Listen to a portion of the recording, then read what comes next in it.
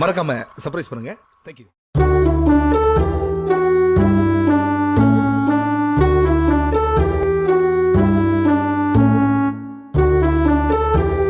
அடர்ந்த காட்டுல மான் ஒண்ணு வாழ்ந்து வந்துச்சு.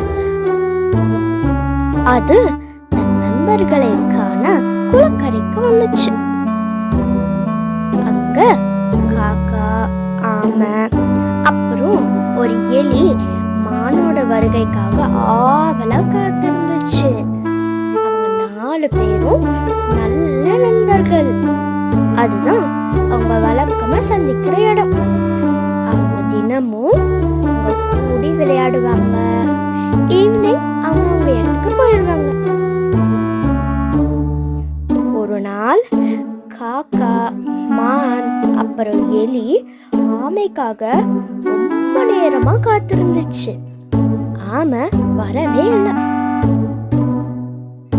இந்த ஆமை ஏன் இன்னும் வரல அப்படின்னு எலி கேட்டுச்சு. ஏதாவது ஆபத்து ஏற்பட்டு இருக்குமோ? நான் வர வழியில ஒரு வேட்டைக்காரனை பார்த்தேன் அப்படின்னு மான் சொல்லுச்சு. சரி இருங்க, நான் போய் பார்த்துட்டு வரேன்னு காக்கா பறந்து போச்சு. கொஞ்ச தூரத்துல ஆமை ஒரு வலையில மாட்டிக்கிட்டு இருந்துச்சு. வேட்டைக்காரன் ஒருவன் நெருங்கி வந்துட்டு இருந்தான். அவனுக்கு வேற எந்த விலங்கும் கிடைக்கல. இந்த ஆமையாவது கிடைச்சதுன்னு கொஞ்சம் நிம்மதியா இருந்தான். இத பார்த்துட்டு காக்கா வேகமா பறந்து தன் நண்பர்களிடம் போச்சு. அது அவங்க பார்த்தத உங்களோட சொல்லுச்சு. எல்லோரும் ரொம்ப பயந்து போயிட்டாங்க. அப்போ எலி ஒரு பிளான் பண்ணுச்சு. மானை பார்த்து, நீ வேட்டைக்காரன் கண்ணில் படுற மாதிரி நிக்கணும். வேட்டைக்காரன் கிட்ட வரும்போது நான் ஆமை சிக்கி இருக்கிற வலைய கடிச்சு ஆமைய காப்பாத்திடுவேன். ஓ காக்கா சிக்னல் கொடுத்த உடனே மான் வேட்டைக்காரன் கிட்ட இருந்து தப்பிச்சிடணும். இதுதான் பிளான் அப்படின்னு சொல்லுச்சு. நண்பர்கள் இருவரும் சரின்னு தலையாட்டினாங்க. ஆமைய காப்பாத்த கிளம்பினாங்க.